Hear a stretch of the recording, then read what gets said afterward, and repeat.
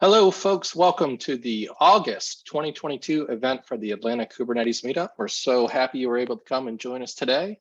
It's been a few months. We've missed all of you. We hope you're as excited to be here as we are to have you. Kind of on that note, Joe, it's been a few months since we've done a meetup. What's been going on with you? The people are dying to know.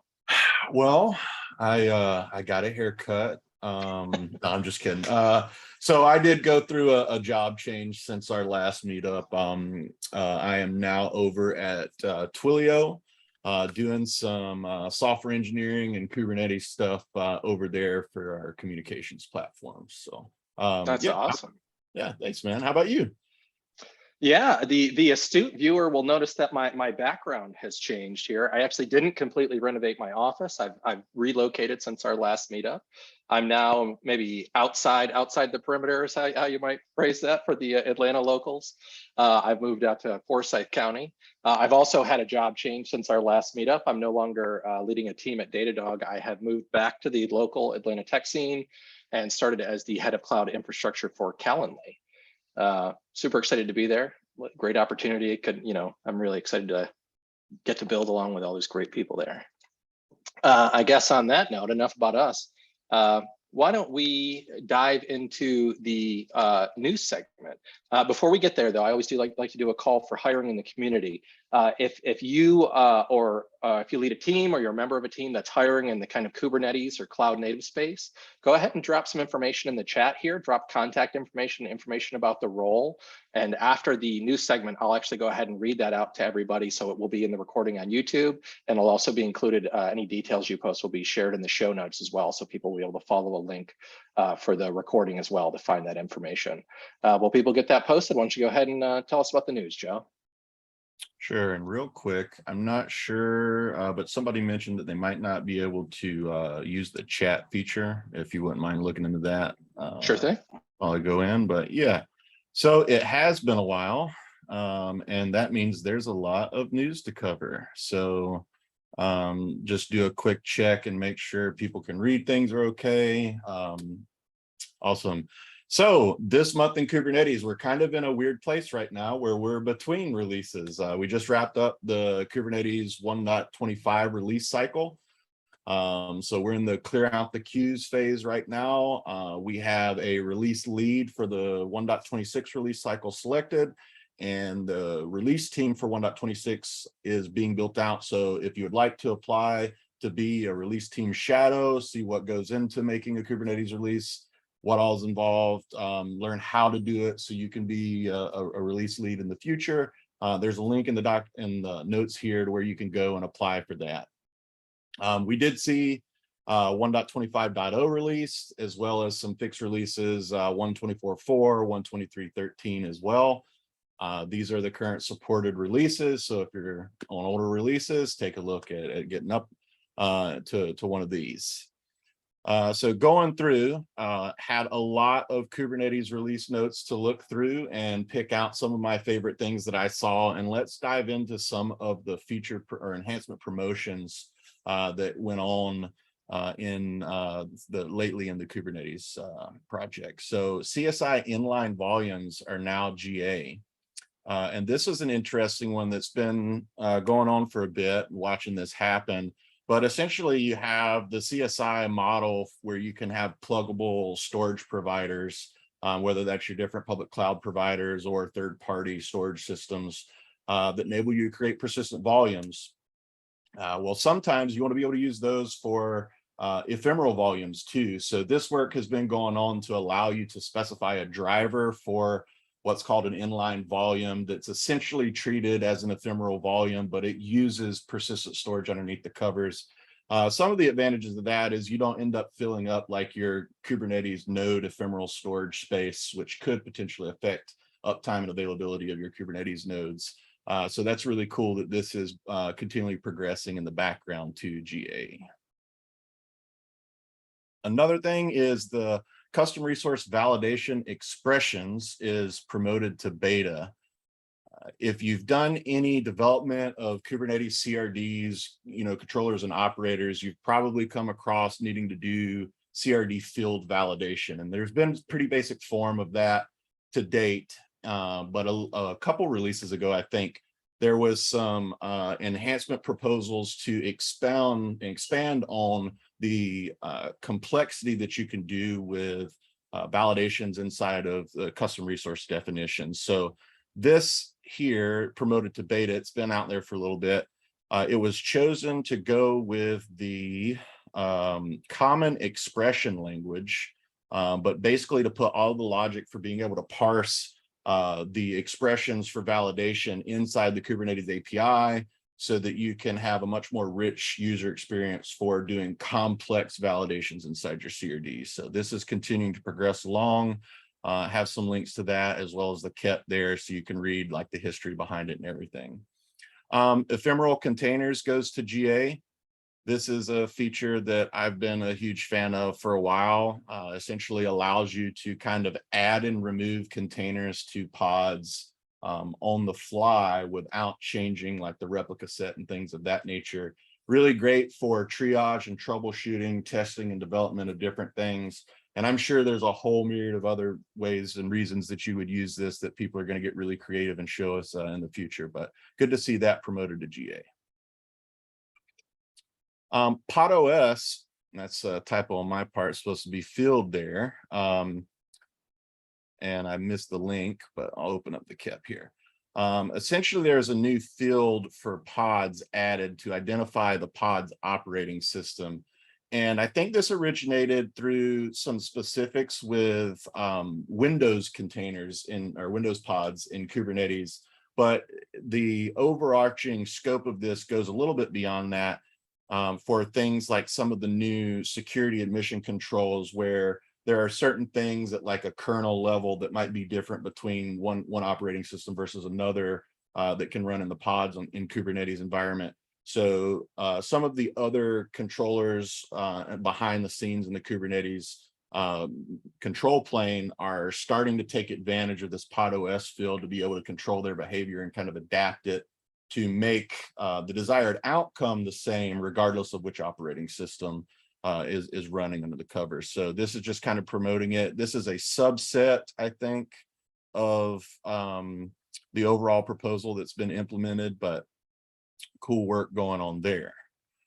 Let's talk deprecations now. So the beta node labels, so things like the failure domain.beta Kubernetes IO stuff, those have been deprecated, and they now have more warnings in more places because these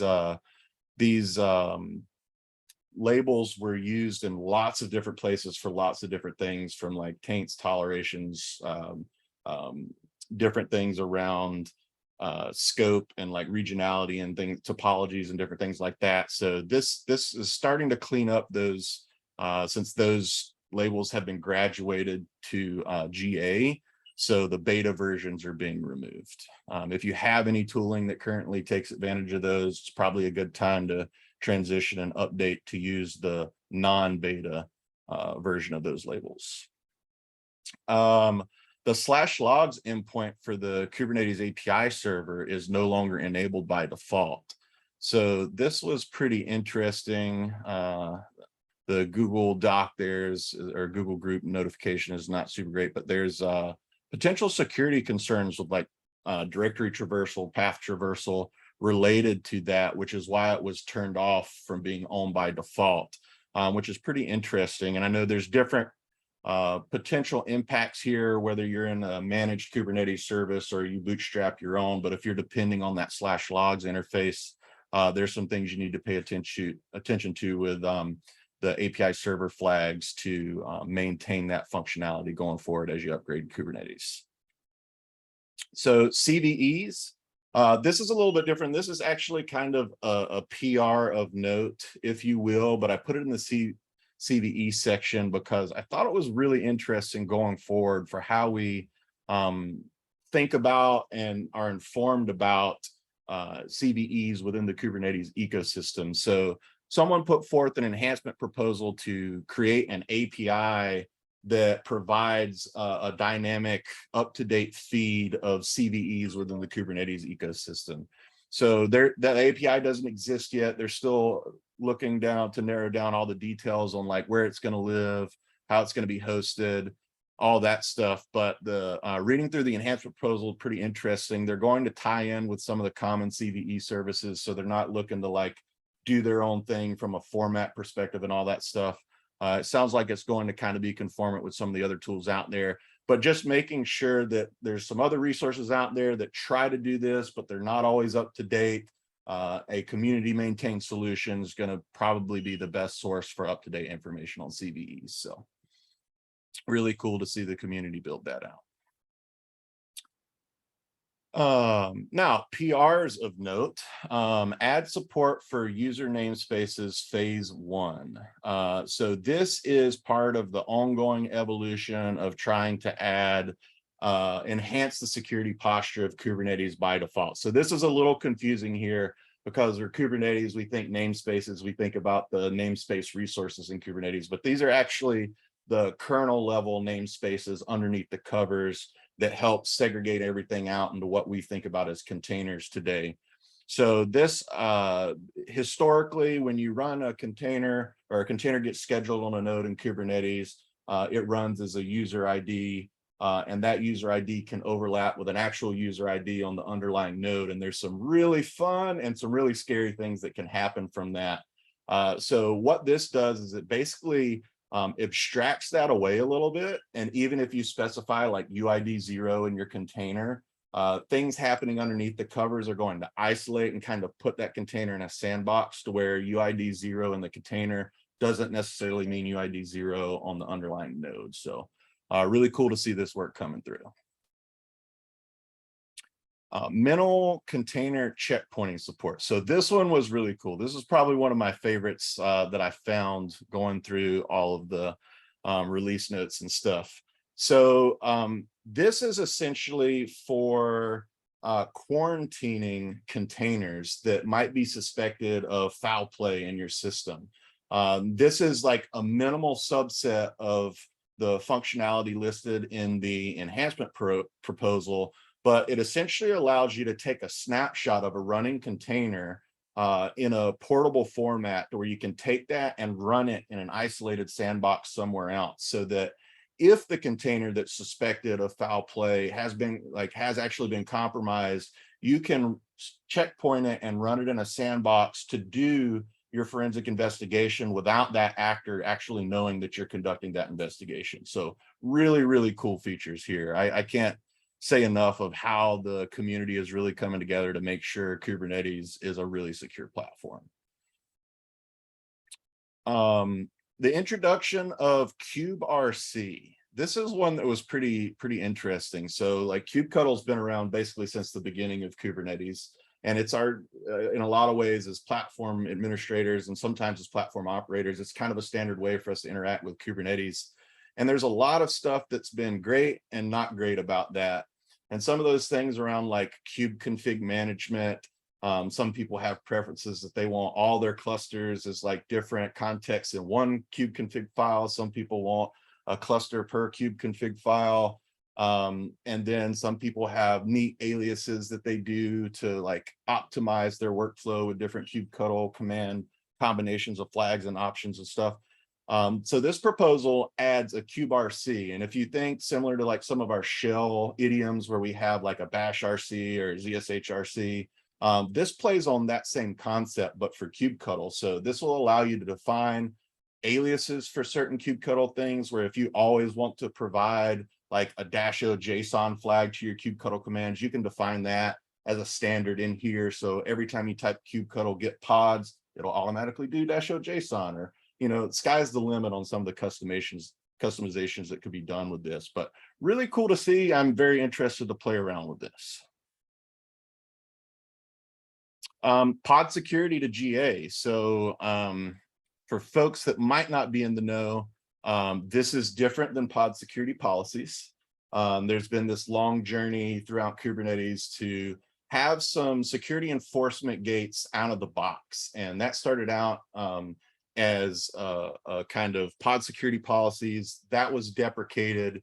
And then these new sets of APIs were created to sort of replace that, make it a little bit easier, but also make it sort of pluggable, or at least have the idea of a pluggable nature to be able to tie into some other external security type enforcement tools as well. But this feature, pod security, is now up to GA. So if you're not, I think Kubernetes 1.25 forward, it's going to be like on and available by default. So read into that if you're not up on it. There was a move from like the official container registry for the Kubernetes project. A lot of the original infrastructure for the project was based on some like Google owned resources. And so the community's done a lot of work to move away from one resources owned by a single entity basically and have more community owned thing.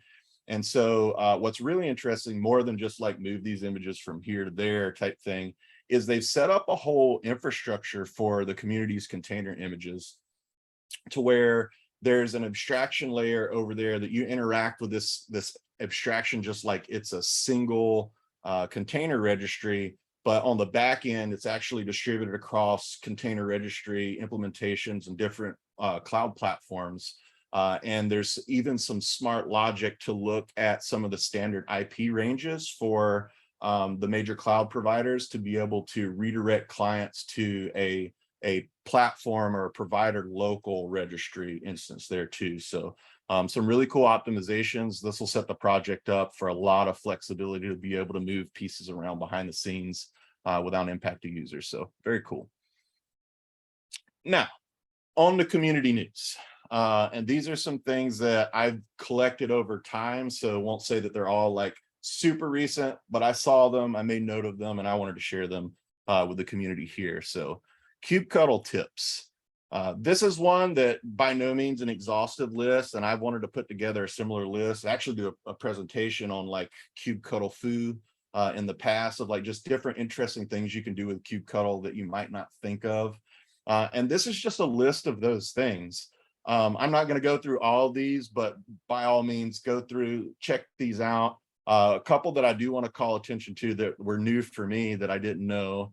See if I can, list the environment variables for a resource. Like if you have a pod or deployment or something like that, rather than doing a git on that or -o YAML or describe or whatever, you can use this set env command with a --list option.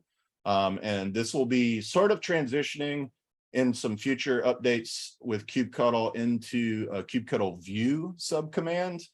So this will change a little bit, but really interesting to see. You can do this like the normal label selectors. You can do it across types. Very, very interesting.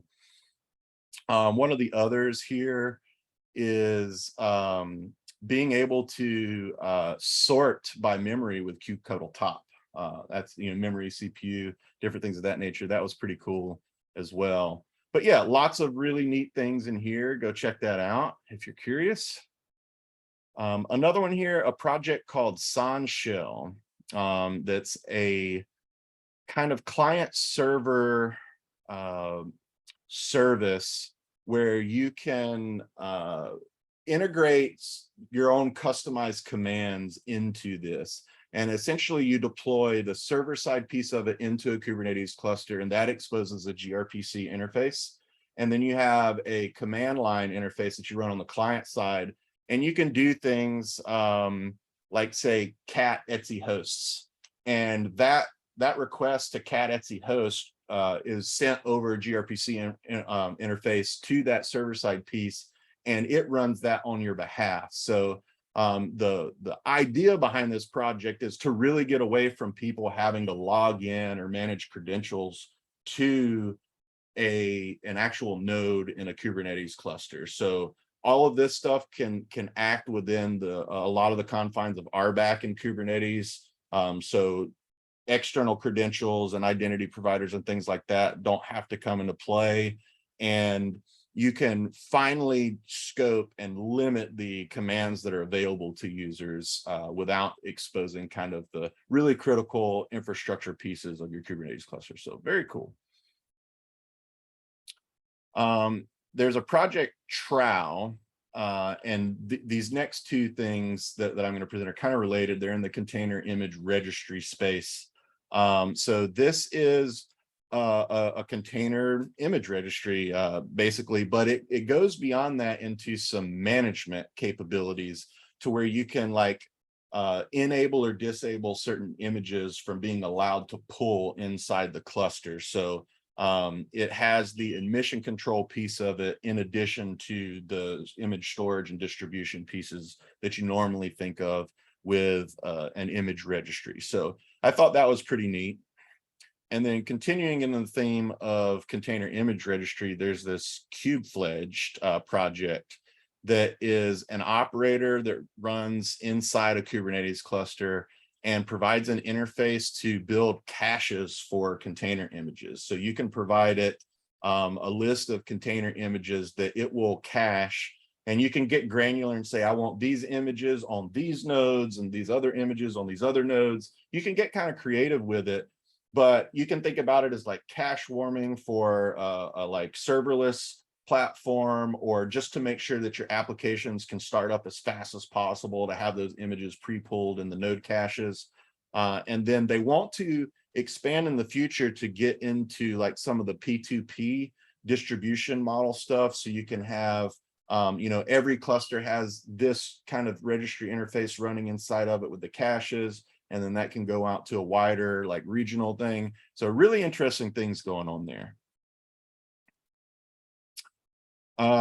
If you've ever done some work where you're like trying to tune a workload for availability in Kubernetes, and you start going down the path of looking at some of the topology distributions and anti-affinity rules and things of that nature, sometimes it can really boggle your mind to like really truly understand what's going on inside the Kubernetes scheduler. This project is a web interface for the Kubernetes scheduler, essentially. So you can launch it, you can configure a cluster like number of nodes and things like that to simulate a real environment. And then you can take your normal Kubernetes resource like YAML manifests and apply them through this web interface. And it will actually do a simulation to show you how those resources get distributed across the nodes in this like mock cluster here. So if you want to get into building custom scheduler configurations and plugins and things like that, this is a really interesting way to test those things or to just enhance your understanding of what's going on inside the Kubernetes scheduler.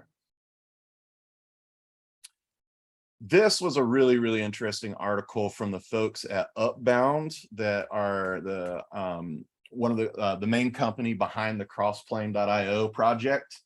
And one of the things, their model real quick is like basically everything's a CRD. Every cloud provider service is a CRD. If you want an S3 bucket, here's a CRD for that. You want a managed database instance, here's a CRD for that. And so when you think about the scope that they have these for most of the major cloud providers out there, and most of the major cloud providers have, in some cases, hundreds of different services available, you start stacking up a lot of CRDs inside a Kubernetes cluster. And they found some interesting problems with the scalability of CRDs, because in this scope, we're talking about just CRDs for crossplane, but in a real cluster, you've got, you know, CRDs for your service mesh, CRDs for your storage system, logging, monitoring, like you might have like hundreds and hundreds of CRDs. And so they looked at this from a perspective of both like what's going on the client side of like either client Go or kubectl interacting with the server side of Kubernetes, and some of the things that can go of just like discovering what APIs are available in a Kubernetes cluster. You know, that's like, okay, what resources are available, what versions of those resources are available, what CR instances of those resources are, like, it goes on and on. And so a single like, you know, kubectl command can result in hundreds of interactions with the Kubernetes API server, which could be like a rate limiting issue, all kinds of stuff. So they've done a lot of work that goes well beyond just something that works for crossplane or Upbound. These are things that really are advantageous to the entire Kubernetes community. So we're going to see some big updates to help increase the resiliency and scalability of Kubernetes as a whole from their work here. So great work to the folks at Upbound and the people working on Crossplane. This is some really, really cool stuff. It's a very in-depth article. If you geek out over this type of stuff, please go read it. And then the last thing here, the OpenTelemetry project now has an operator out there. And this is interesting because it has a few different modes that it can deploy in.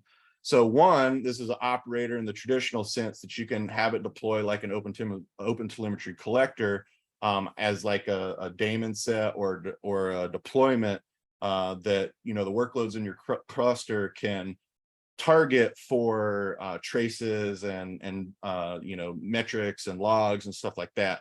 But there's also a sidecar model available, a mode for this project as well, that will inject an OpenTelemetry sidecar to your individual workloads. And I haven't dug deep down into to know like what you know, what are all the use cases why you would need that.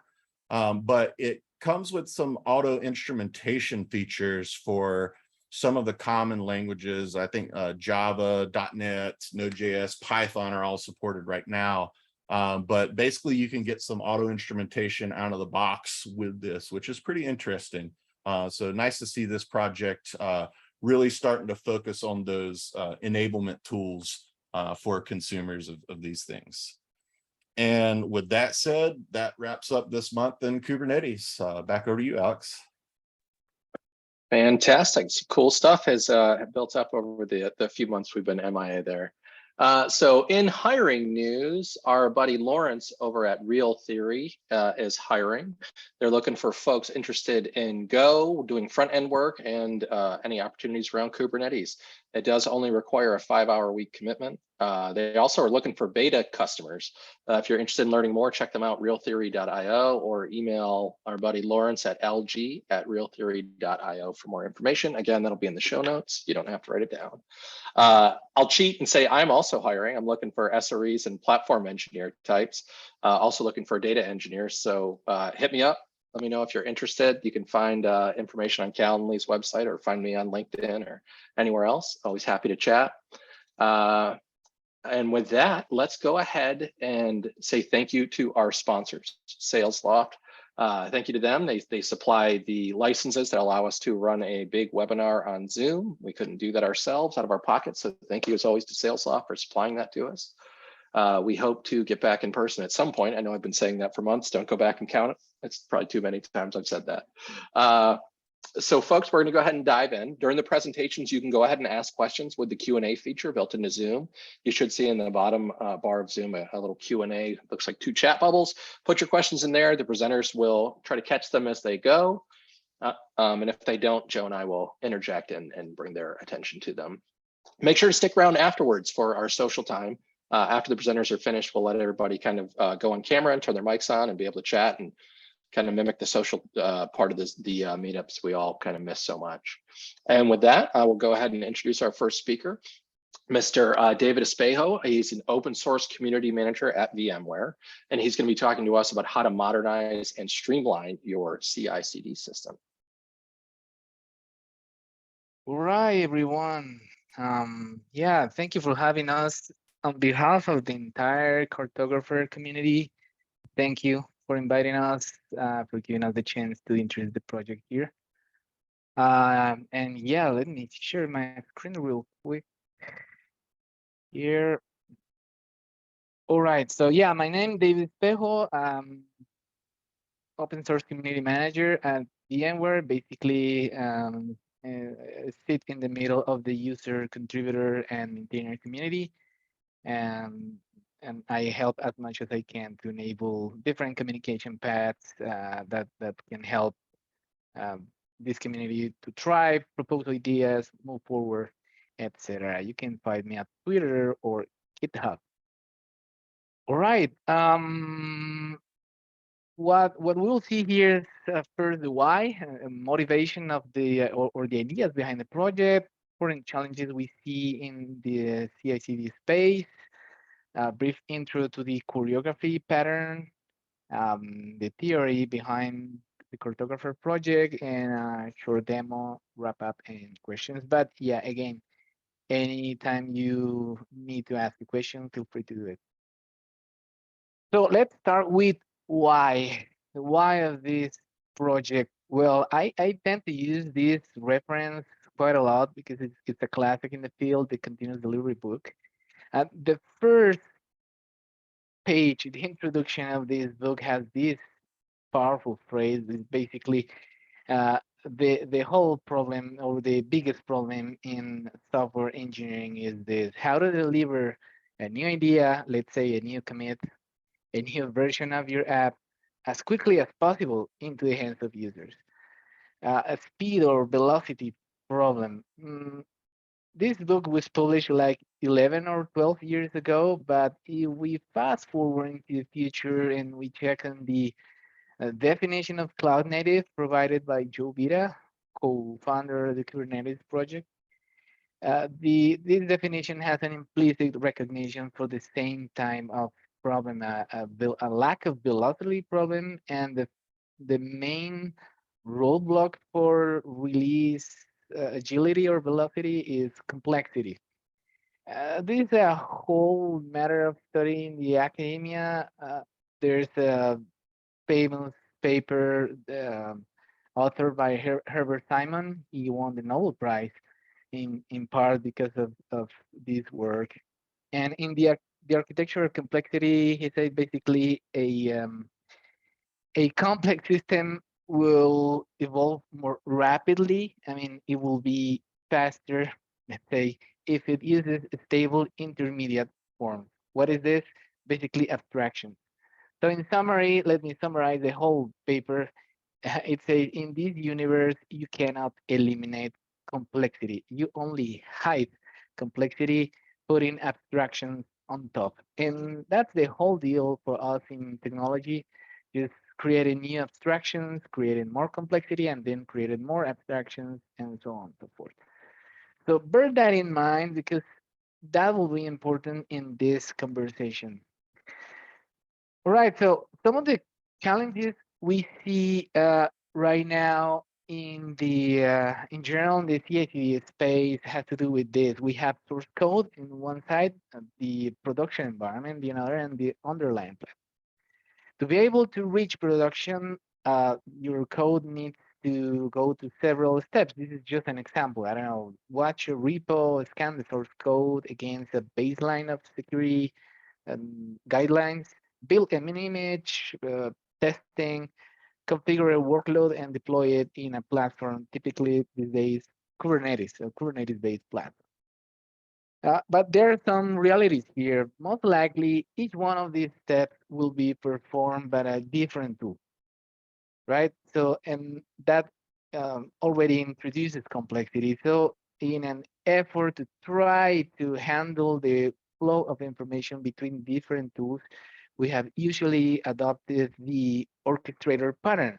We have this centralized entity that handles all the logic, and where we need to codify this logic, the integration with each one of the tools, define what are the next steps, what happens if something fails, and so on and so forth. So that's kind of the summary of the most of the tools out there that we have known so far for shipping code. The issue with this pattern is that it introduces tight coupling, meaning that there's a close relationship between a specific tool and the orchestrator. If you want to change, for example, the tool you use to build images, you need to change the logic that was already there in the orchestrator. And tight coupling in distributed systems is an enemy for change, an enemy for velocity. Again, makes it difficult to swap or add new tools. And also the workflows tend to be rigid, linear workflows. If a step in the pipeline fails, probably the whole pipeline is considered failed. And at least by the simple definition, it will be linear workflows. That's only for one workload, but if we start scaling for different dev teams, let's say that dev team number one uses a Rails-based application with certain steps, but there's another team with a different app that has different steps for the path production, let's say, and they want to use a different tool to build an image, right? So that's a different logic that will need to write in the orchestrator, and so on and so forth for the different teams. And now imagine that something fails.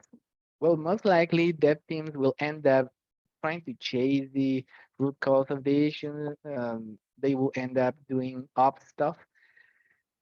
So in general, this leads to an inconsistent path to production. If we are in the platform operator side and we are trying to define a standardized ways to ship applications, it will be hard because maybe each team for each app has a different logic that is almost hard coded in an orchestrator. There is no clear separation of concerns because again, this whole logic that needs to be written every time requires input from development teams, and that could lead to owning the implementation, which it's it's an anti-pattern, let's say, and also a high operational load. Imagine that you want to standardize, the organization wants to standardize on a new tool for performing security scanning. You'll need to go through each one of the pipelines, changing the tools used.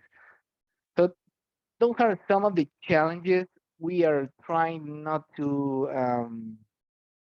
overstate them. We're trying to be as accurate as possible with some of the challenges we see.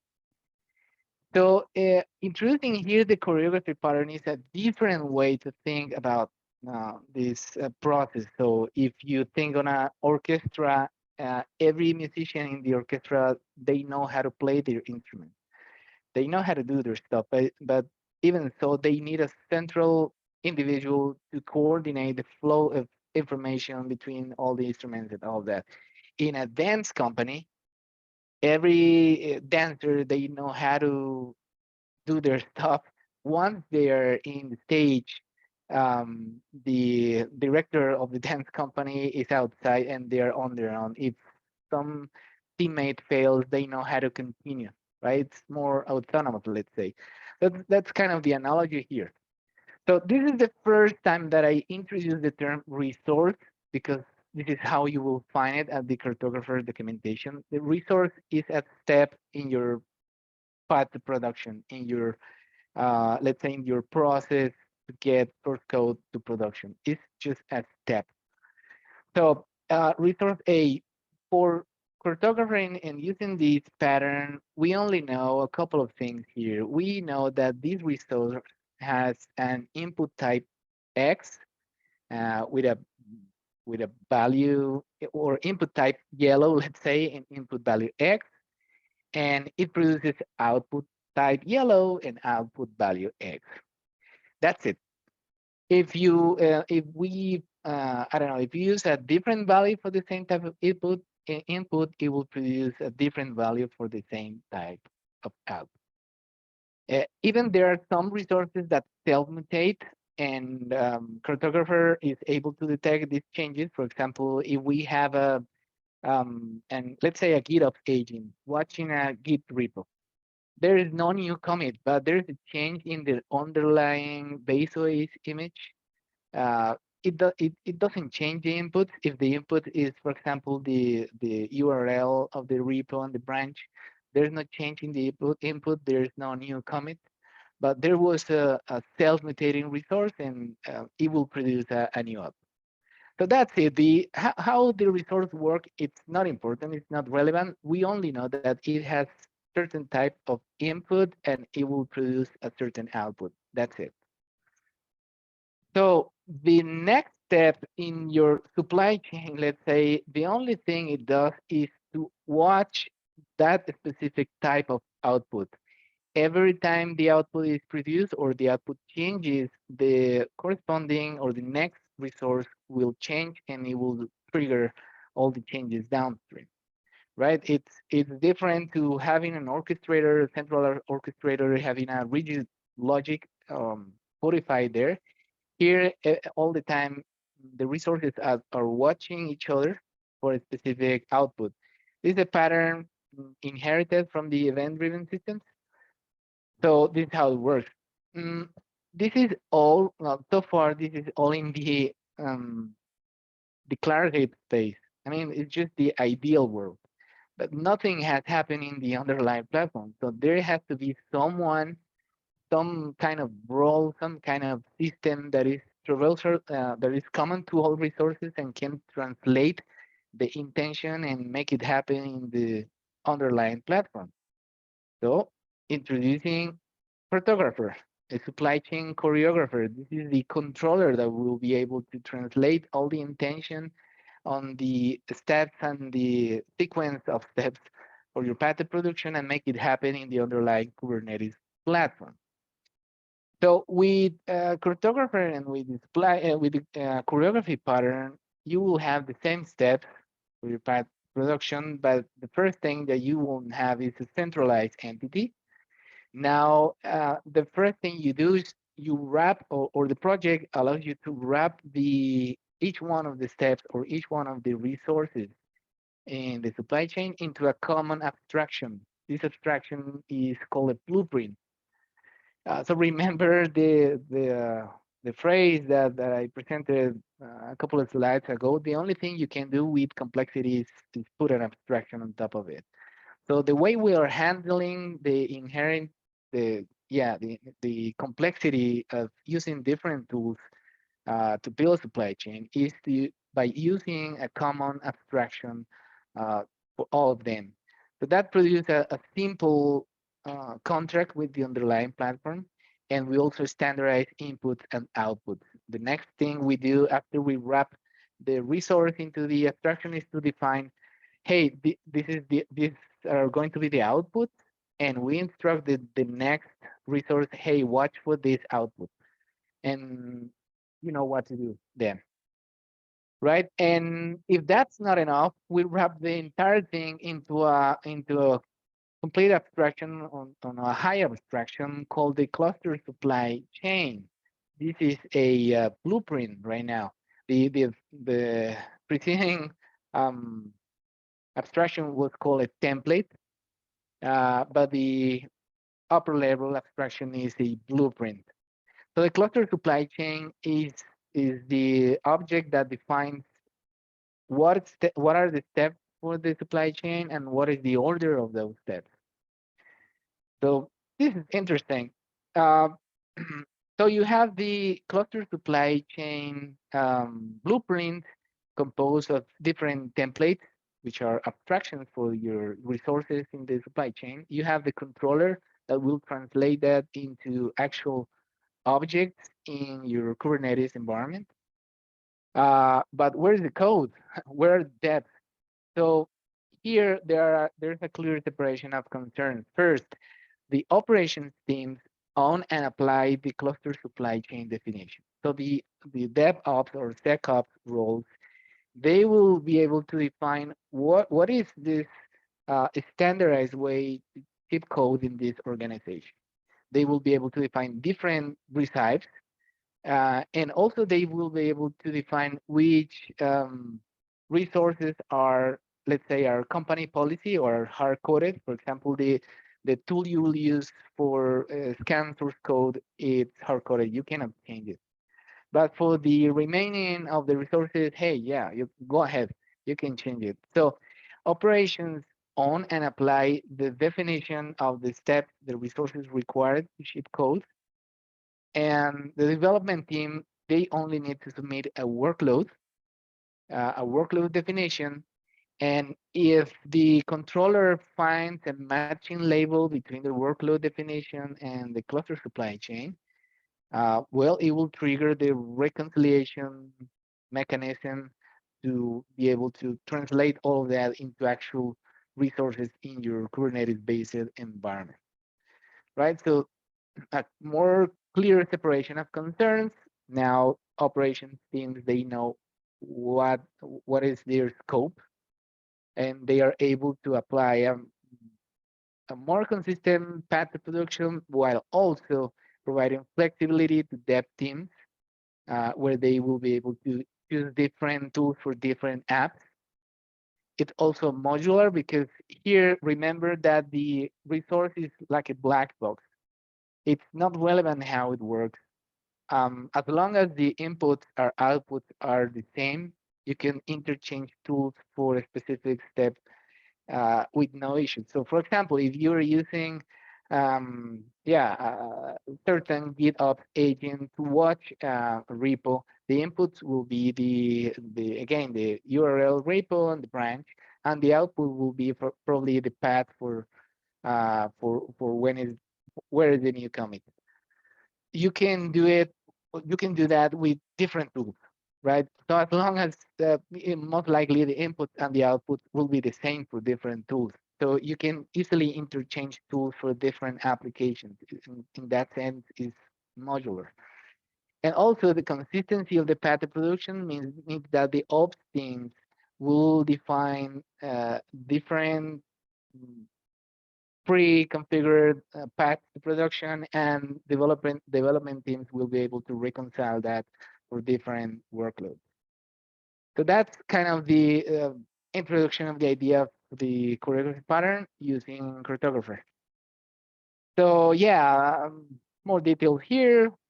Each resource or each step in this supply chain is wrapped into the template abstraction. There are currently 5 types of templates in Cartographer for source, for image building, for config, deployment, and one generic for cluster template. And all of them are part of bigger abstractions called blueprints. And there's an additional blueprint called cluster delivery that constantly deploy and validates the config against the underlying path. So that's kind of the summary of the project so far. I don't know if I'm going too fast. I'm trying to make it on time. There's also another resource that ships with Cartographer, which is called the Runnable CRD. This one has been created to be able to integrate your existing CI/CD tooling. Tools that are like Tecton, Jenkins, CircleCI, and many others. You will be able to use that to integrate that as another resource into the supply chain using Cartographer. Yeah, okay. So is there any questions so far? There aren't any pending in the Q&A feature. We'll keep an eye on it. Folks, go ahead and post them if you've got any, and we'll make sure they get answered. All right.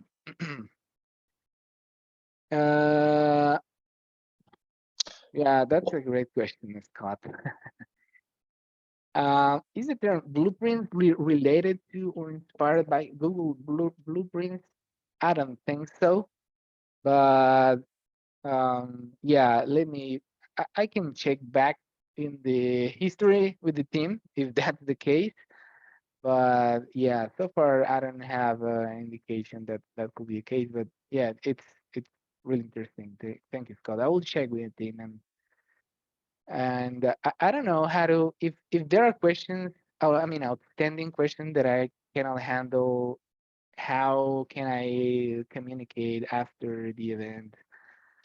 You can send the answers Okay. to Joe and myself, and we'll get them posted Okay. in the meetup on meetup.com or through our Twitter. Okay, cool. Thank you. All right, so kind of the plan here for this demo real quick is to define this short supply chain. So first, we want to detect changes to Git repo. For this particular demo, we will use the Flux Git repository resource, but you could use any other resource as long as the inputs and outputs are the same, which is most likely the case. To build the image, you will use KPack, but again, you can use a different tool. And then we will run the app and expose it using a Kubernetes service. That's kind of simple, but yeah, that's the definition here. So we will start by, I'm not going to YAML right now. I'm trying to avoid the wall of YAML, but we will have to see some YAML. So the first thing we'll need to do is to wrap each one of these steps, each one of these resources into an abstraction, in this case, a template. So for be able to grab the source code every time, or yeah, monitor a repo and react every time there's a commit, we will use the cluster source template. For image building, there's a cluster image template, and for this tool, we'll use the generic cluster template. So once we have that defined, they will be disconnected steps. I mean, it's not enough to create templates if you don't connect it between each other. So the only way to associate templates between each other is by using the cluster supply chain blueprint. It will be a common abstraction that defines not also which steps to instantiate, but the order. And also this abstraction instructs the cartographer controller on how to pass output from one resource as input to the next resource. So that's the way to connect them. So that's great. We have templates connected. We have a cluster supply chain, but that still doesn't mean anything in the underlying platform. So the connector with the real world is a workload that has a selector that matches the cluster supply chain definition, and it will reconcile the creation of objects in the underlying plan. So that's I'm already said part of this, but I like to repeat it and reintroduce the demo, uh, so you bear in mind the flow information between objects here. Okay. Oh, Jolly Martinez, is this a VM product? VMware product. Well, it's a VMware initiated open source project. Um, and yeah, it has also a commercial implementation in a VMware product called Tanzu application platform. But yeah, right now here I'm discussing only the open source portion of it. Thank you for asking. All right, let me go here. So I have here some of the definitions. So let's start by the first resource. So if we see here, this is the Flux Git repository resource definition. Very simple. It will have a name, but in this case, we're grabbing the name from the actual name of the workload.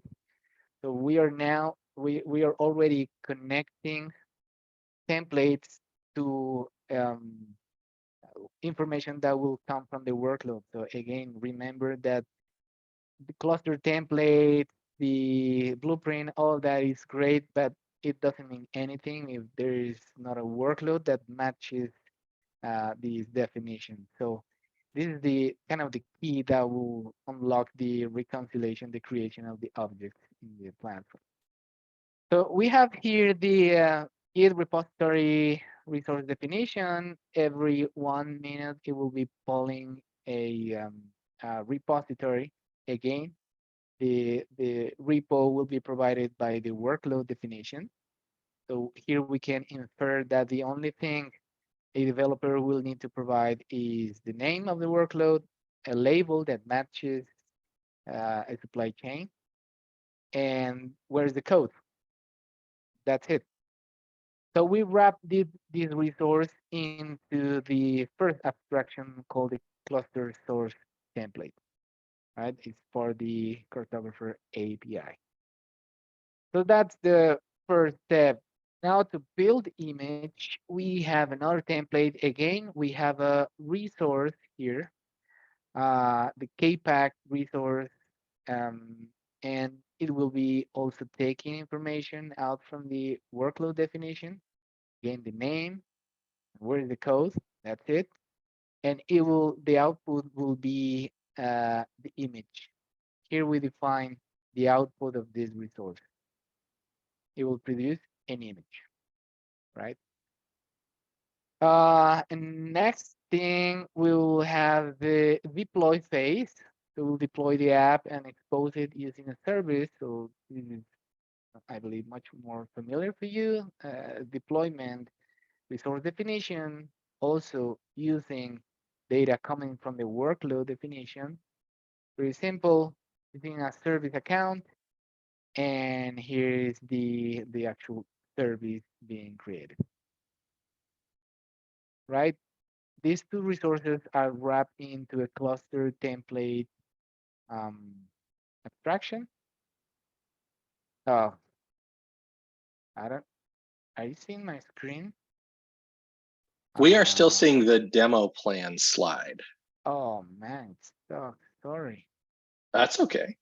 No. All right, now I'm seeing deploy app template.yaml. Yeah, that's yeah. Let me go real quick here. So, yeah, I was saying that here's the Git repository resource definition. Very simple. Every 1 minute, it will be pulling a repo for new commit. Which repo? The one that the developer will provide in the workload, right? And the name that it will use, it will also come from the workload definition. So that's what I was saying, that from here we infer that there are only two things that the pieces of information that the developer will need to provide: name of the app, or three, label, a matching label, and where is the code. That's it. So here the actual Flux Git repository resource is wrapped in a cluster source template abstraction as the first one. Then we have the KPack resource right here, again using information provided by the workload definition. It will basically create a new image. And here is the definition of the output of this resource. Remember the resource that we saw in the presentation. Let me see here.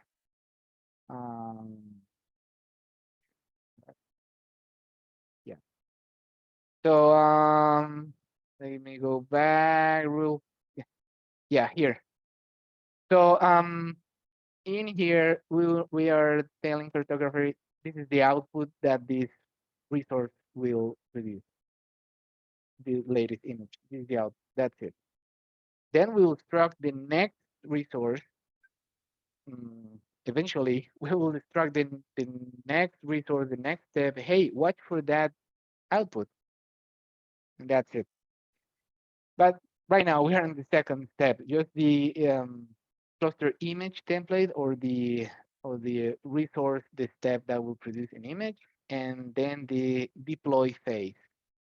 I was saying that it was kind of much more familiar, a deployment definition using, again, information from the workload definition, and also the service that is going to be created.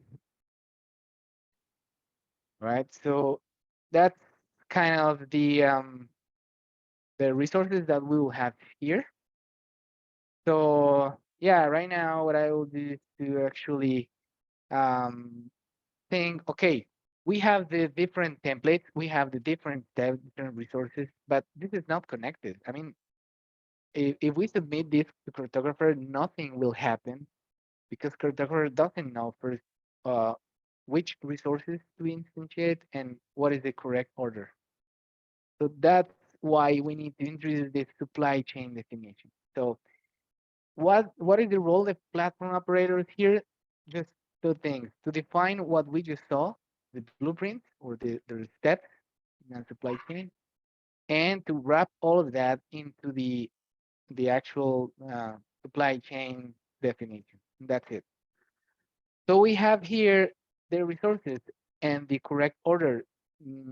The order or the steps will be executed in this specific order, starting with the cluster source template. Remember the Git repository resource, then going to the KPack image builder. And you can see here that we're now instructing Cartographer, hey, watch for the output of this resource, right? The preceding resource or the preceding step. Watch for the output. Then we have the deployment, and we say, hey, watch for the output of the preceding step or the preceding resource, right? And that's it. It's a kind of a one-time effort from the operation side to define, again, what are the steps of a pack production here in this company, in this org, for this family of applications. And now we'll wrap all of that into a abstraction that will tell Cartographer what is the correct order and what are the outputs that we will be looking at. And that's it. Great. If we submit this to Cartographer, again, nothing will happen. We will have a nice supply chain right there, but we won't have any app actually running. So the final step, the key is in the hands of the development team. They will need to supply a workload definition. It looks much more lighter. This is all they need to submit, right? A workload definition that uses, well, service account. Where is the code? Remember, where is the code? What is the label? And if this label matches the definition of supply chain already created, well, the actual, it will trigger the actual creation of update or update of the resources. And that's it. That's the, let's say, the complete step-by-step on how the information flows here between the object. Yeah. For they'll have, I hope that by now it's clear. Yeah, all the time, everything here is referencing the workload. Everyone here is expecting for what the developers will submit. And finally, it's here, right? The workload definition that matches the label in the supply chain, and it will provide the information of where is the code and what is the name of the app. And it will trigger creation of the resources downstream. Cool. So, any other questions so far? Now we'll submit these files. Yeah, by the way, let me put here in the chat a link to the repo I'm using. Wasn't authored by me, but it was by Cora Iberclay, a colleague here at the Developer Advocates team. And it's really good. I mean, it's a recommended tool for learning Cartographer, hands-on learning. Yeah. I'll make sure we get Alright. that added to the show notes as well. Yeah, it would be awesome. Thank you. So yeah, so I'm using here okay. I'm using YTT here to process and format YAML and submit all the resources that are going to be created. Basically, it has the definition. It has a global config file, and it will have all the workflows that we just saw, the files that we just described, right? So I just submitted what is the supply chain definition. So right now, nothing's happening besides nice supply chain. So then I will be able to submit the actual workload definition, right? So then we can inspect here status of the supply chain. And there is really interesting information here on the status of the supply chain. Most importantly, templates are ready. It means that right now all the resources have been successfully submitted to the Cartographer controller and have been processed accordingly. And we can see more information running. Yeah, sorry. There is, let me see the name of, yeah, the sandbox one, the actual name of the supply chain.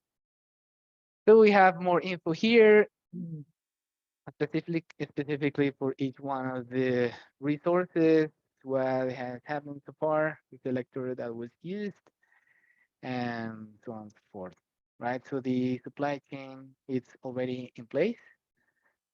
So yeah, it takes some time for the actual image to be built.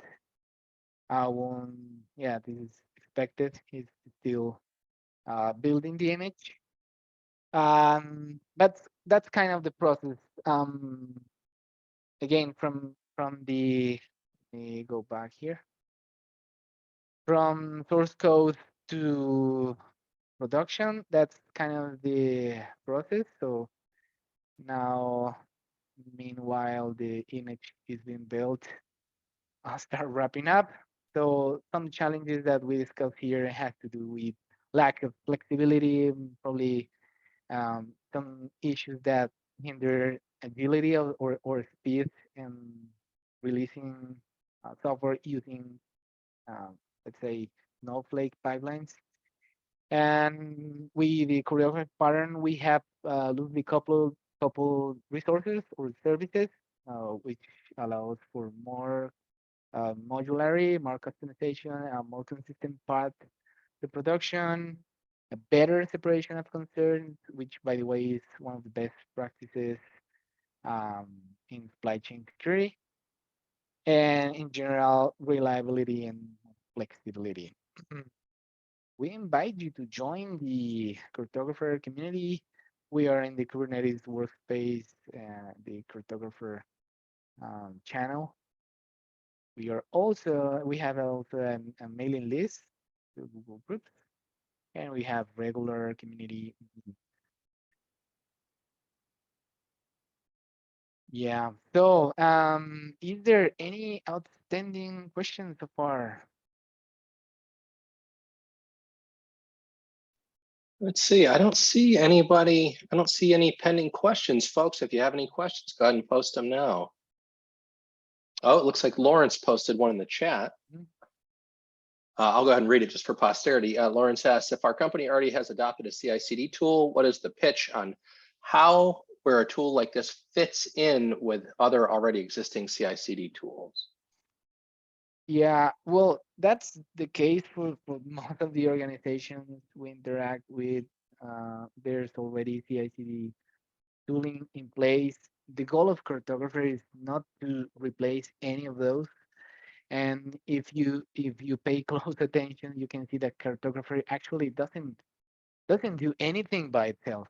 Doesn't watch for repos, doesn't deploy apps, doesn't do anything differently to define a common set of abstractions and a flow of information, and just to surface an API for you to build that path to production. If that path to production include existing CI/CD processes, testing suites, etc., it can all be part of a system that uses the choreography pattern with all the benefits we saw. But the goal here is to kind of move the focus out of the actual tools we're using, or the actual CI/CD tooling, etc., and move it to discuss instead a different pattern with different outcomes. So yeah, that's kind of the conversation. I don't know if that somewhat addresses your question, Lauren, or if you other folks would like to contribute to the answer. Yeah, I think that totally makes sense. He says thank you, so I assume that addressed them. Any other questions for David, folks, before we wrap up and move on to our next segment? Give it just a sec. All right, I don't see any others pending. So with that, I think we'll just say thank you, David. That was awesome. That's super interesting to see. It's a really exciting project. I think I'm definitely going to take a look closer at that one myself. No, thank you all. Thank you for having us. Yeah, absolutely. Well, hopefully you'll stick around for the social time and we can chat after. Yeah, sure. All right. Thanks so much, David. With that, we will move on to our next speaker, and that is Scott Adams, who's a principal engineer at T-Mobile. He'll be talking to us about QLKube, which is a GraphQL proxy, I believe, that sits in front of the Kubernetes API. Super excited to hear about this one. Scott, go ahead and take it away. Yeah, sure. Thanks. Get my screen shared here.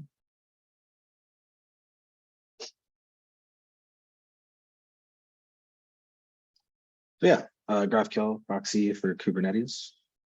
That's the subtitle there. However, just want to kind of give a preface here. This is specifically going to be more of a story with a product at the end.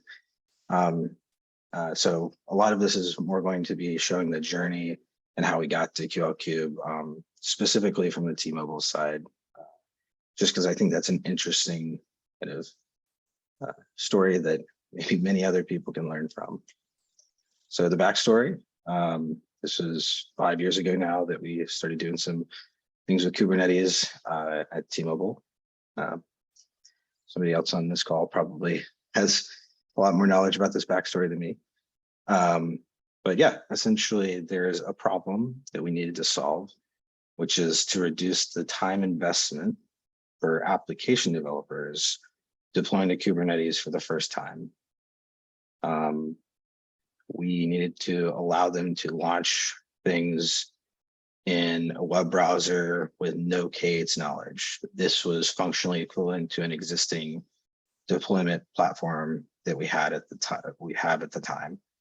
And this is kind of a unique thing because everybody on this call is probably very comfortable with using kubectl. A majority of our target audience for this product, not QLKube, but the product I'm about to mention, was not Kubernetes experts or even people who were entering Kubernetes. And then we need to do this across multiple clusters, provide that access. We had to do the authentication without requiring the developer to install any new software. In this case, I'm referring to kubectl or any other client-side user interface. So K9, Octant, Lens, those all require running on the developer's computer, and they leverage the Kubernetes config file that they would have to set up. And then it also needs to be performant with large clusters and lots of stuff on them. So our solution to that, again, this is a ways back, was to create a web app specifically designed for non-Kubernetes aware developers. It kind of provides an on-ramp to Kubernetes, if you will.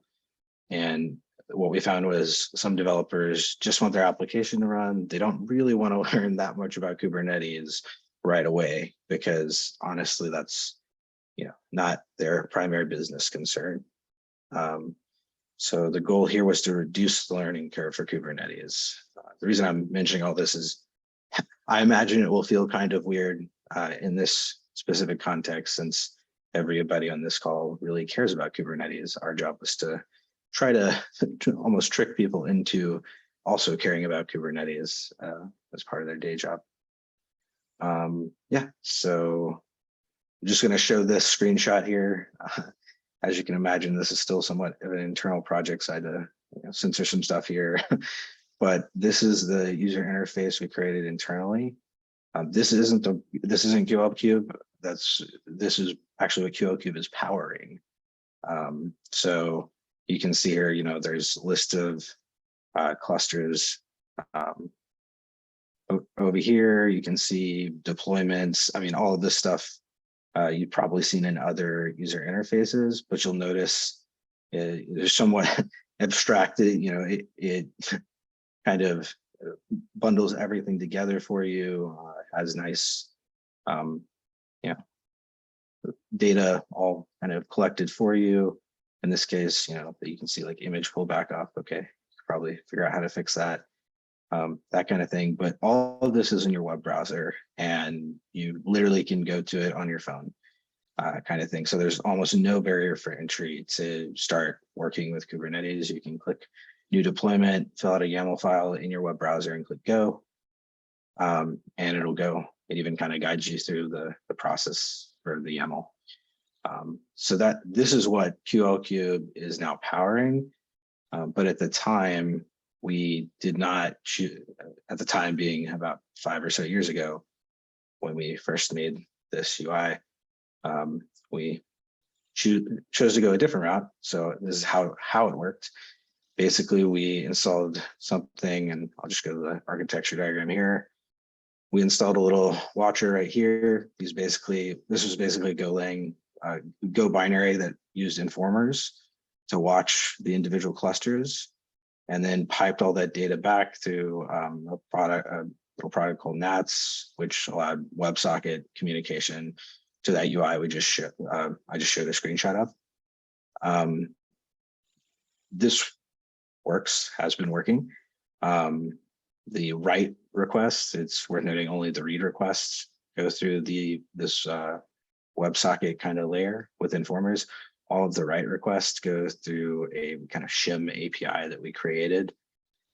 So this was kind of the V1 stab at getting that information out of Kubernetes and putting it in a UI that didn't require almost anything from developers other than being able to log in with a standard OAuth login.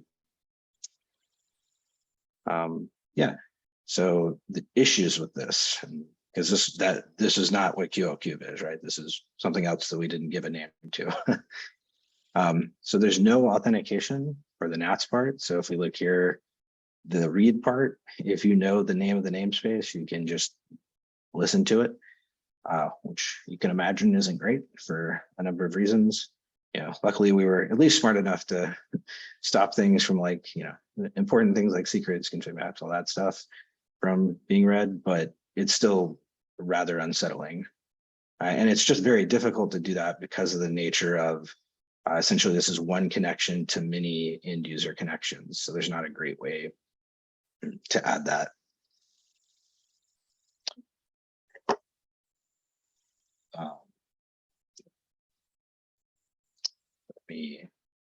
Okay. So some of the other issues was not dynamic, so it can't handle different CRDs and different clusters.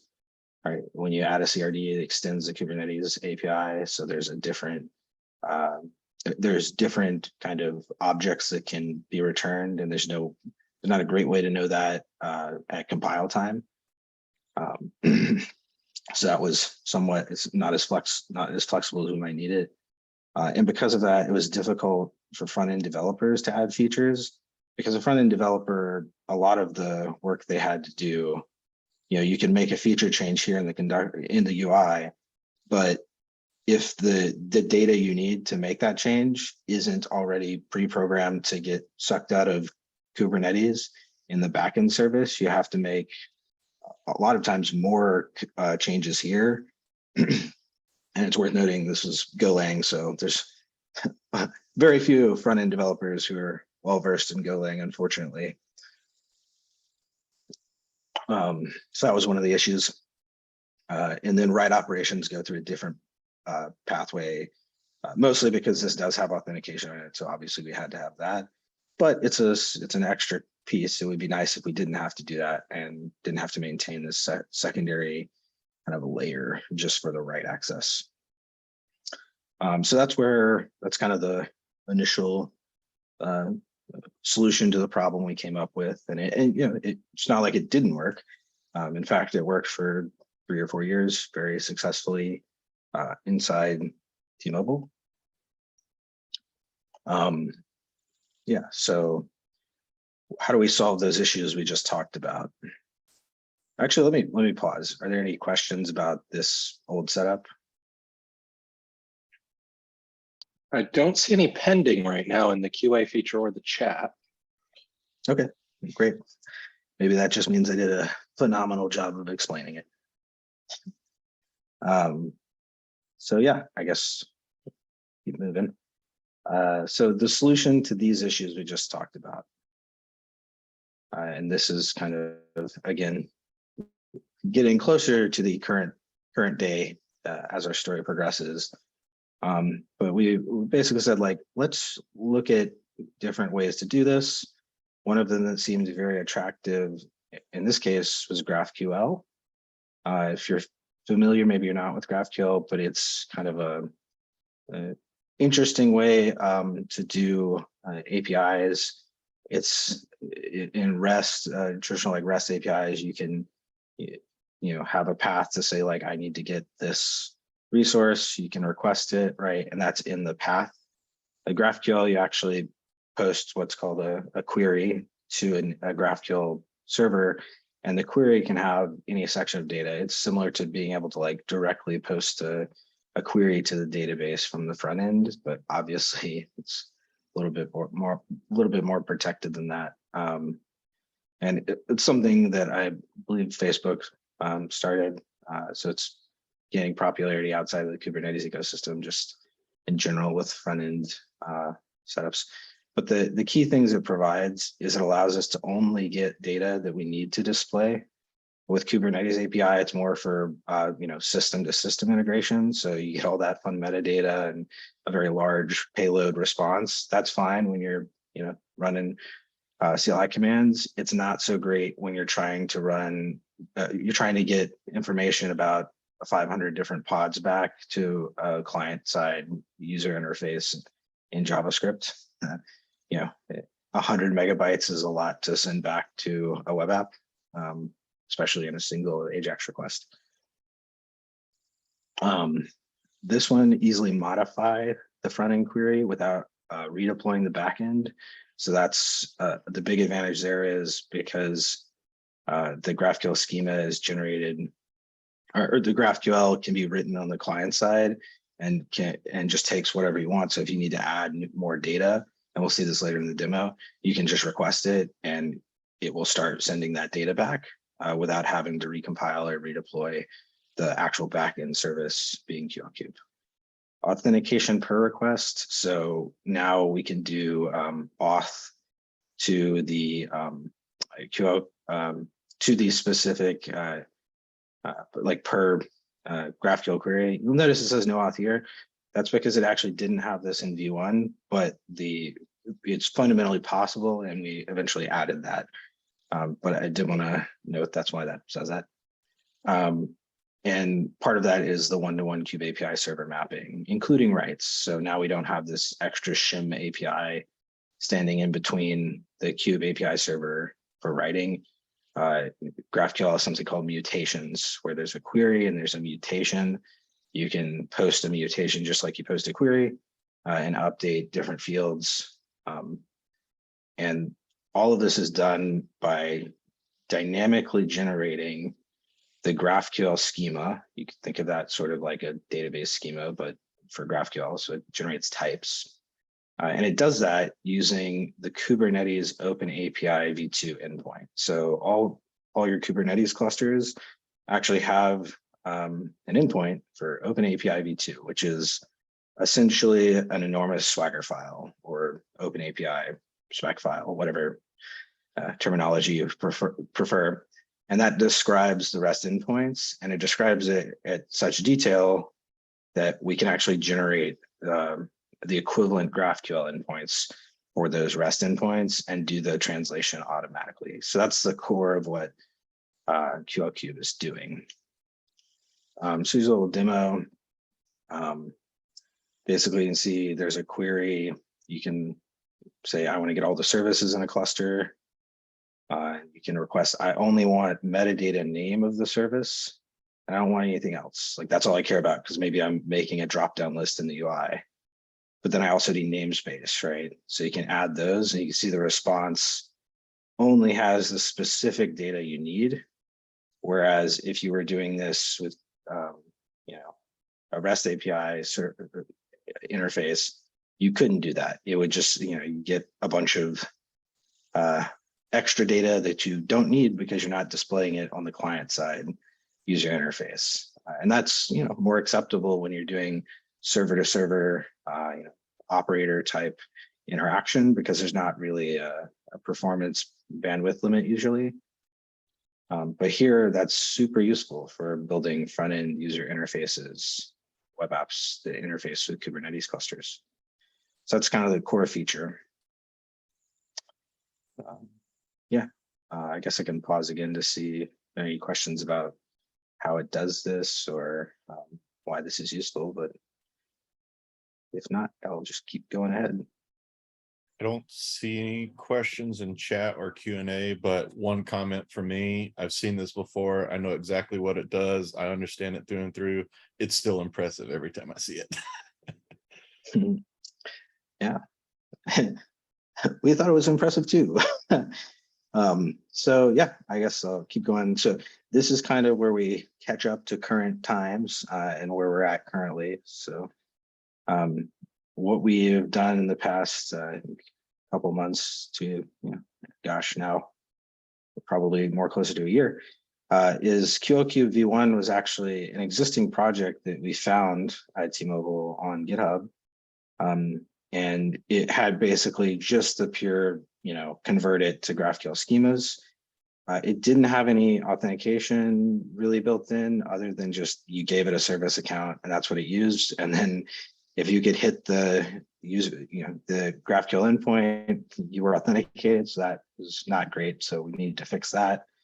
It didn't support multi-cluster setups. So you could only, it really, a single instance really just pointed to a single Kubernetes cluster behind the scenes.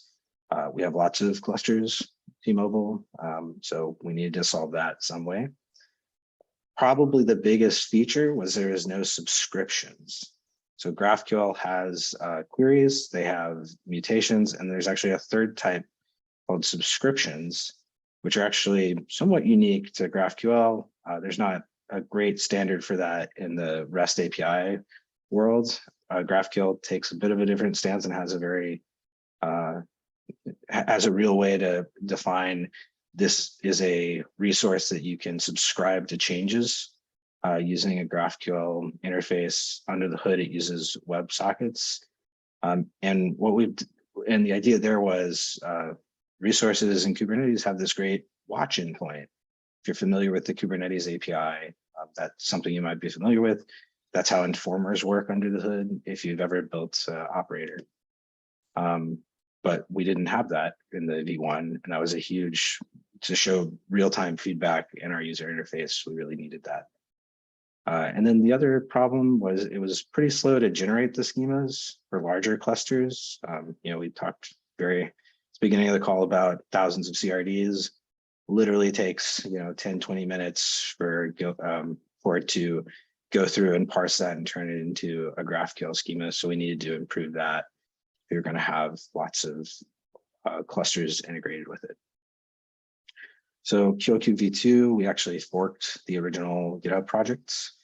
We added authentication headers to allow token pass-through with Kube API server. So QLKube doesn't do any authentication or authorization. It's a pure pass-through, but it now allows that to occur. So all your RBAC is still happening. It's just being passed through. QLKube doesn't need any certificates or anything. It's a pure pass-through that allows it to call on behalf of the user to the underlying cluster. So that was important, and we got that in there. Scott, real quick, does that mean that if I'm a user on a Kubernetes cluster and I only have access to like the test namespace, I can call this GraphQL API and say get pods as my query or whatever?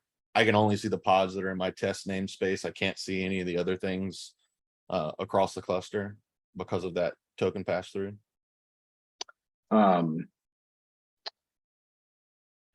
Yes, which is really important because sometimes that's the feature you want. Awesome.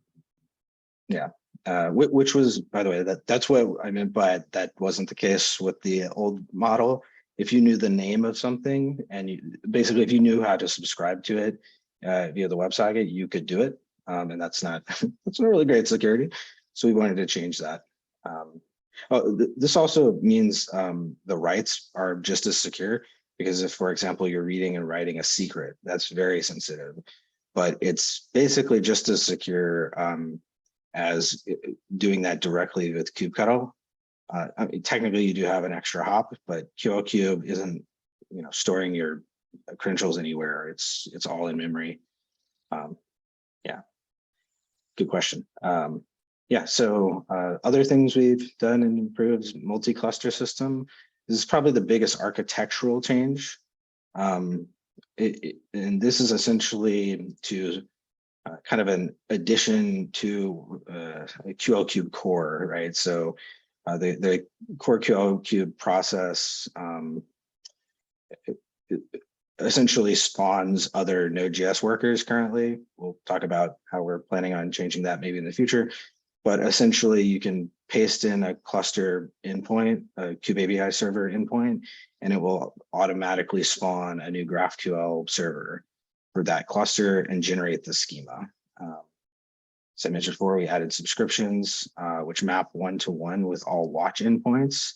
So the cool part about this is almost everything, all the objects in Kubernetes implement the kind of a standard REST interface for watching.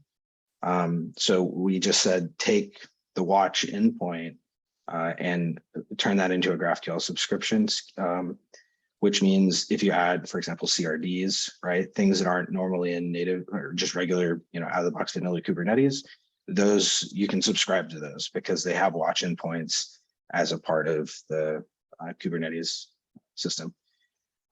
We also optimize the schema generation to be faster based on the fact that they're using a library that was a generic open API to GraphQL parser. And because, for example, we pretty much always know that an object in Kubernetes is going to have a group version kind. So we can make assumptions and increase the speed of that, of how we generate the GraphQL schema by kind of making it more specific to Kubernetes generation. And then one of the other cool things was following container logs using GraphQL subscriptions. So some of you might know, but that actually doesn't have a watch endpoint. It's like a weird kind of streaming endpoint. So we basically did the same thing we did with subscriptions, but it had to be a little specialized for following container logs. But I wanted to put this one in here because that's a hugely valuable thing to developers who are brand new to Kubernetes. Like one of the main things they do is they'll launch something, they want to, they'll see a problem in their, whatever Java application, and they want to get in there and look at it. And maybe they don't want to have to search through whatever their enterprise logging solution is. They just want to, get into specific container logs. They can do that in a web browser with they could do that literally from their phone because if they log in, because all of that can be streamed via WebSockets to any web browser and a web app. So that's pretty valuable just in terms of developer efficiency. Yeah, so this is just a little screenshot. Unfortunately, I can't show like a super great demo of this live because of some, just confidentiality concerns. Until I kind of cut off all the important bits of this with just the names. But essentially, this is just using Chrome dev tools to show this WebSocket that's open. It's called GQL.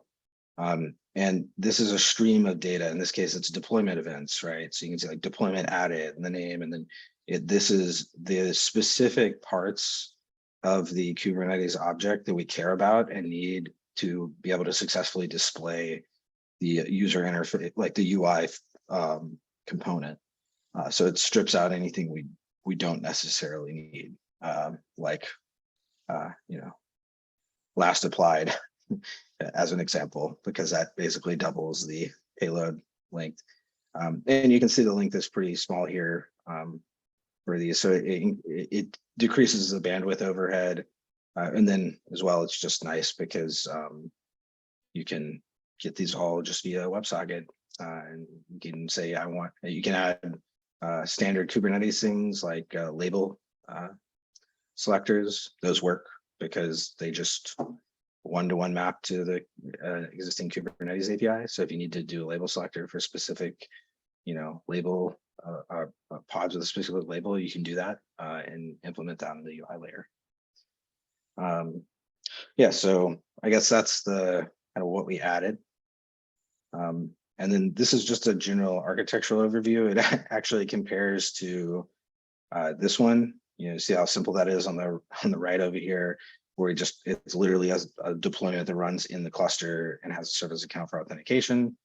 Now with this new version, it's a bit more complex, but again, it has a lot of functionality. So the idea here is we have a scheduler, a loader that actually creates, right now, these are Node.js workers, but as we'll talk about next slide, final slide, the idea is to make this more Kubernetes native. And instead of using Node.js workers, make these actual fully fledged pods.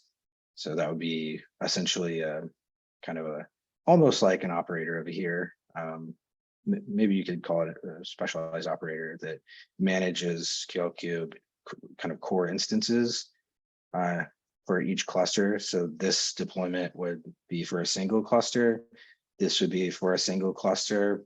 And then you could have, you know, depending on how you want to, we've been looking at HBA auto scaling. So if there's a lot of people that are all looking at cluster A at the same time, it would auto scale up this deployment just for cluster A. And then cluster B can stay at a single pod because nobody cares about it, right? A lot of times that happens with your dev and production clusters. And then the scheduler, right, that creates these kind of the V1 core parts. And then the other aspect of this is kind of the front door for it, which, you know, there's some other stuff in here, which is the ingress, et cetera. But this is essentially a proxy on top of a proxy, fun. But the goal of this is it actually has layer 7 application layer knowledge of like what cluster you're trying to get to. And it rewrites that request with essentially just a DNS change. So it's the internal service DNS for the cluster, that specific cluster's deployment. That way, importantly, from the conductor UI, you have a single entry point, or from any UI, again, because QLKube is not coupled to T-Mobile UI in any way. But any UI could have this single DNS endpoint for requesting subscription to a specific cluster or even multiple clusters.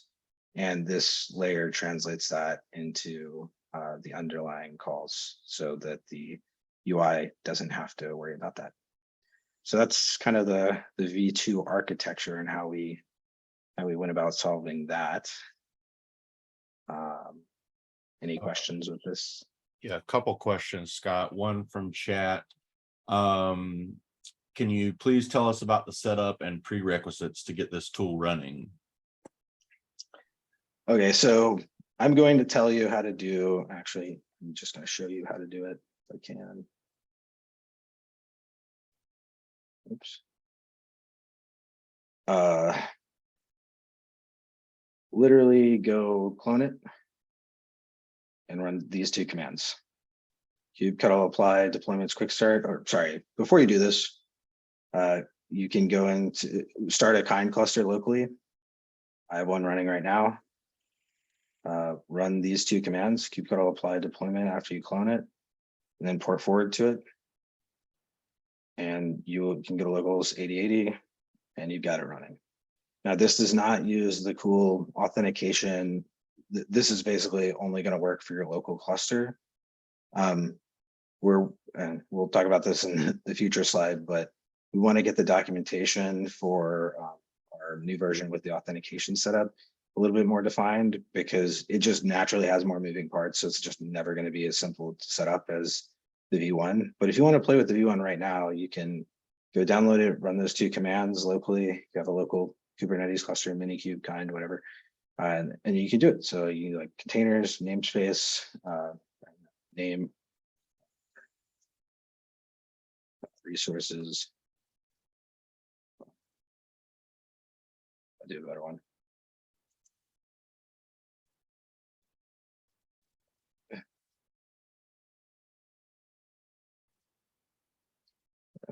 Can run that. It'll show it. One of the cool things, you can look through all the schemas that got generated.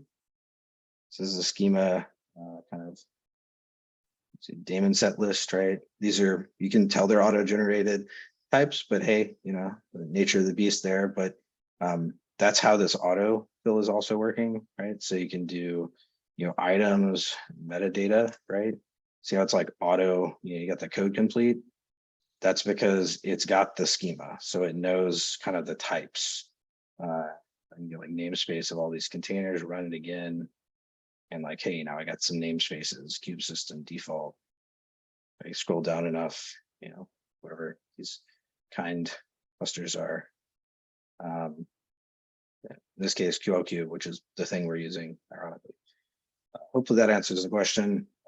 Again, it's, the V1, but it gives a good starting point, I think. Yeah, second question is, you like here, it's pretty easy to see how like a one-to-one, like one instance of this talking to one cluster.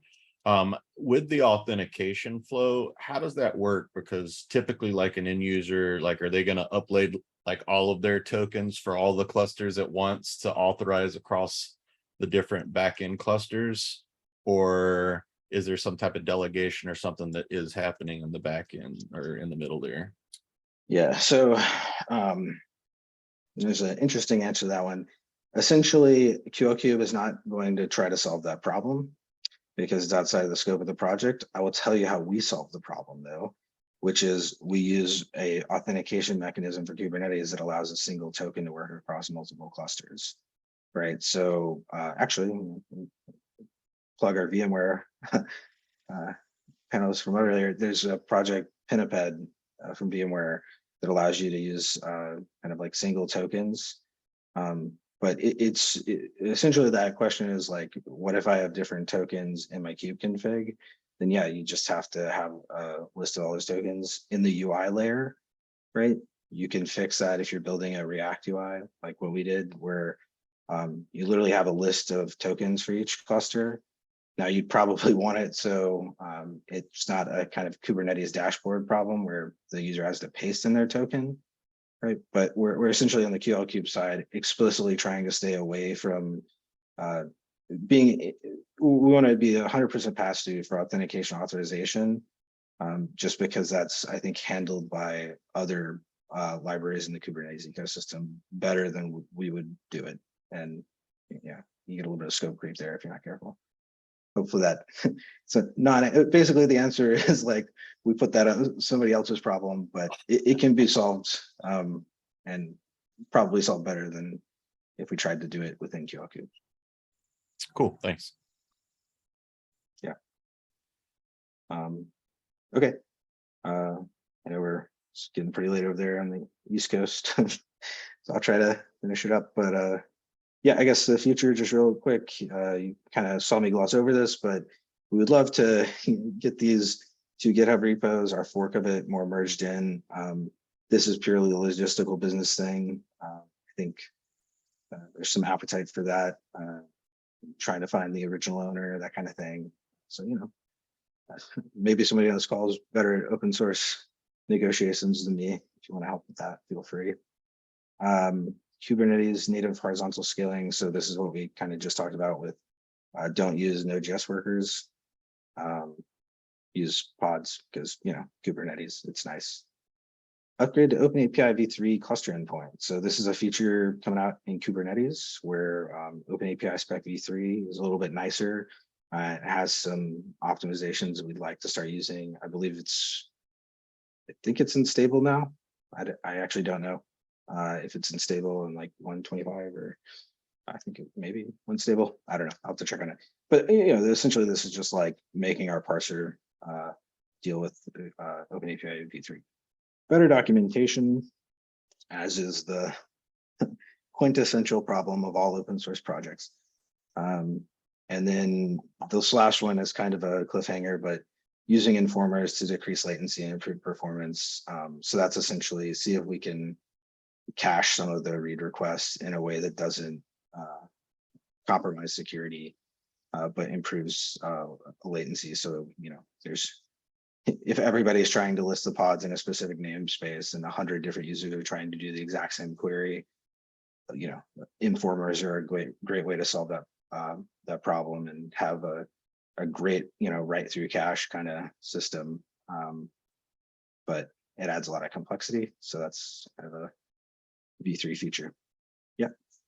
So I think that's all I had, but thanks for listening.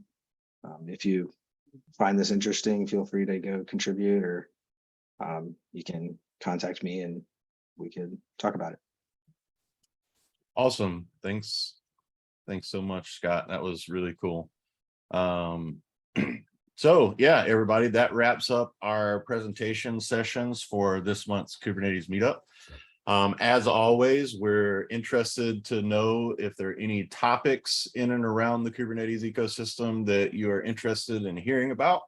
Let us know through Slack, Twitter, the GitHub repos, YouTube, the Meetup group, however you want to. Let us know what you want to hear about, and we'll try to go and track down a speaker for that topic. If you're interested in speaking yourself, if you got something really interesting to talk about that you want to share with the community here, please reach out. We love community submissions from our local community. So please reach out. And again, thank you to Sells Law for help sponsoring some of the logistics stuff with the Zoom and everything. Thanks everybody for coming out. Don't have to log off. We're going to hang around for some social time just after this. We'll put everybody on to where they can do video and audio and everything. So yeah, thanks again. Talk to you in a little bit. Thanks for coming out, folks.